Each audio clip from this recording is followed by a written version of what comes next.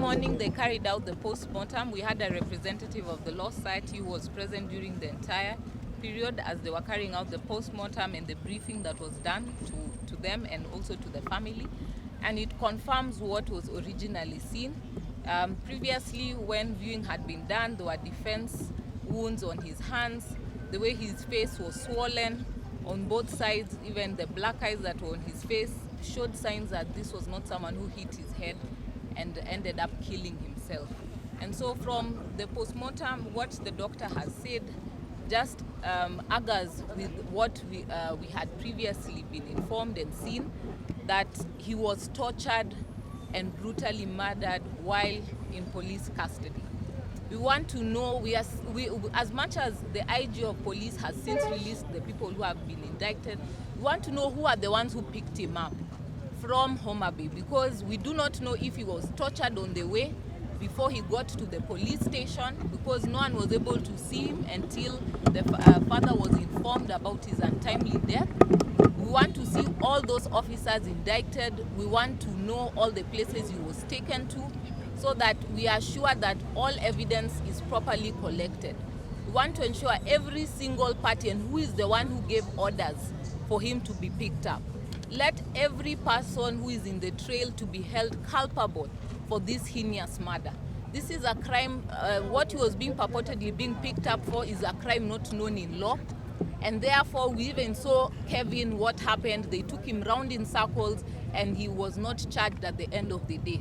And also that is malicious as well, and they should also be held accountable for picking up Kevin. So if it wasn't for what happened, Alfred would have been free.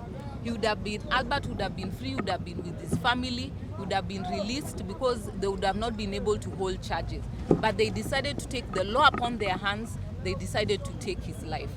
We are saying that we will not allow that this matter be swept. He was killed while in police custody.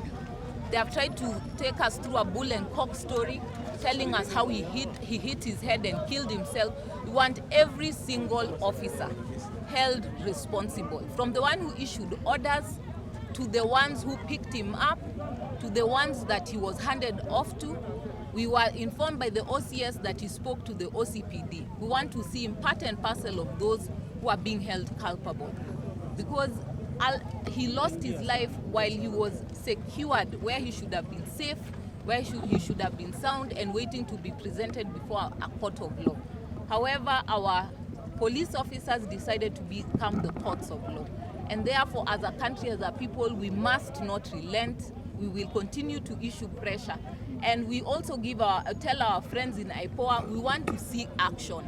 We do not want to see you making merry with the National Police Service. We want to see you taking action. And this is one thing that we are not going to take excuses about. We are not going to listen to any excuse you telling us that you've not been able to collect, you've not been able to get information. We have seen you sitting and talking to the heads of the National Police Service. We want to ensure that you shall be held accountable as well. You are the one who has been given the responsibility of investigating these police officers. We expect an expeditious process to be done. We expect to see the results and members of the public informed of what you have since found. Pathologists have done their work. It's time for you to now do your work. We want to see all those officers arraigned in court. We want to see our judiciary in action.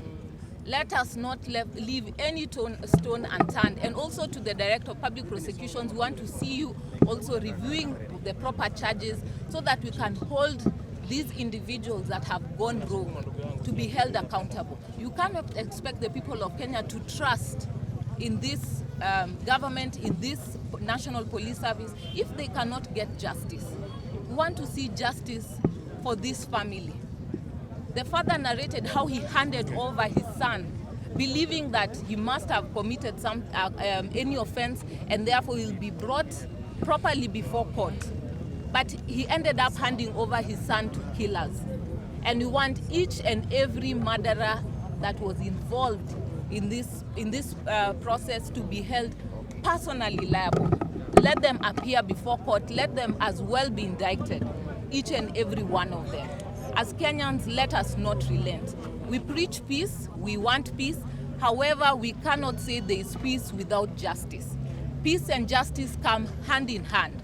And so the government should ensure that we get justice. That's when the people of Kenya will get back the trust in this government, when they see action is being taken. It's an individual who made the decision to have him arrested. It's individuals who came and picked him from his house and took him and killed him. Let those individuals be held accountable. Let us hide no one. No one is above the law.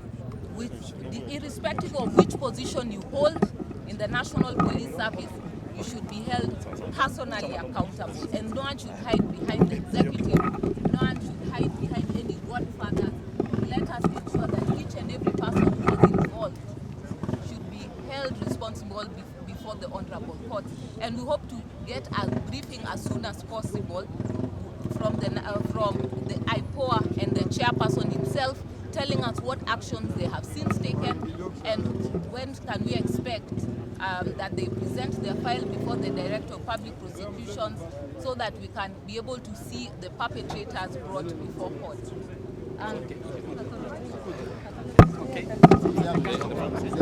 The father, let the father speak.